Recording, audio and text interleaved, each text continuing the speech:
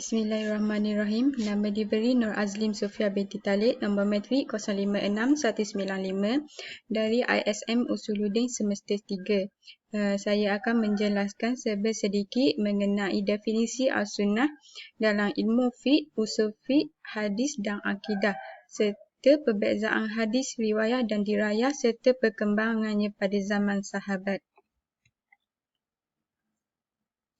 Yang pertama, pengertian Al-Sunnah. Dari segi ilmu hadis, Al-Sunnah bermaksud apa yang disandarkan kepada Nabi sama ada dari segi perbuatan, percakapan, takrir dan sifat baginda sama ada sebelum dilantik ataupun selepas dilantik menjadi Rasul. Dari segi ilmu fiqh, apa yang disandarkan kepada Nabi yang berbentuk tidak wajib. Ianya hanya dilihat sebagai amalan sunat yang merupakan salah satu daripada hukum fiqh, iaitu wajib, sunat, harus, haram dan makruh. Manakala dari segi ilmu usul fiqh pula bermaksud segala apa yang datang daripada Nabi selain daripada Al-Quran dari segi perkataan, perbuatan ataupun pengakuan yang dapat dijadikan sebagai dalil untuk menetapkan hukum syarak. Dari segi ilmu akidah pula, perkara atau perkataan yang berlawanan dengan bid'ah.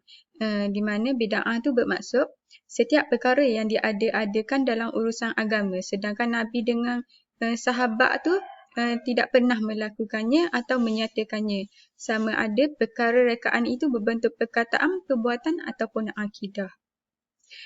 Jadi kesimpulannya daripada ni, daripada semua maksud pengertian As-Sunnah ni, ianya menunjukkan pengertian As-Sunnah ni berbeza-beza mengikut disiplin ilmu tersebut. Yang kedua iaitu perbezaan hadis riwayah dan hadis dirayah.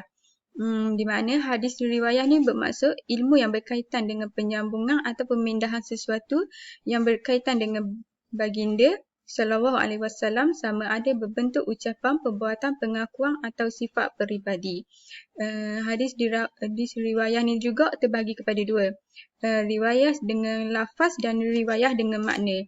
Di mana riwayah dengan lafaz ni bermaksud pemindahan sesuatu hadis dengan menitik beratkan lafaz perawi tanpa melakukan sebarang pemindahan gantian terhadap huruf dan perkataan asal Rasulullah. Hadis riwayah dengan makna pula bermaksud perawi mengemukakan hadis tanpa terikat kepada perkataan yang telah didengarinya. Hadis dirayah bermaksud ilmu yang memperkenalkan segala kaedah berkaitan perawi, matan, metod penyampaian dan penerimaan hadis dan juga sifat rijal hadis. Hadis riwayah secara umumnya ia membincangkan berkenaan dengan matan dan sanad. Di mana contoh matan ialah perbincangan mengenai sifat perawi iaitu sahih, hasan dan dhaif. Dari segi sanad pula macam seperti ilmu jarah wa ta'dil. Akhir sekali perkembangan ilmu hadis riwayah dan dirayah pada zaman sahabat. Di mana ilmu ni berkembang setelah kewafatan Nabi SAW. Namun begitu, para sahabat pada zaman tersebut berbeza di antara satu sama lain. Hal ini kerana terdapat sahabat yang awal memasuk Islam dan ada juga yang lambat masuk Islam. Lepas tu ada juga para sahabat yang sentiasa bersama dengan Rasulullah dan ada juga para sahabat yang jarang dengan Rasulullah disebabkan sebab-sebab tertentu seperti mencari rezeki. Oleh itu, mereka perlu mendengar dan mengambil hadis di antara satu sama lain dalam kalangan sahabat. Hal ini maka wujudlah ilmu hadis riwayat. Seterusnya, para sahabat juga begitu mementingkan penelitian sanad dan matan. Disebabkan para sahabat terlalu mementingkan penelitian sanad dan matan ni, jadi dia perlu kaedah bagi mengenal pasti perawi dan hadis yang diriwayatkan itu.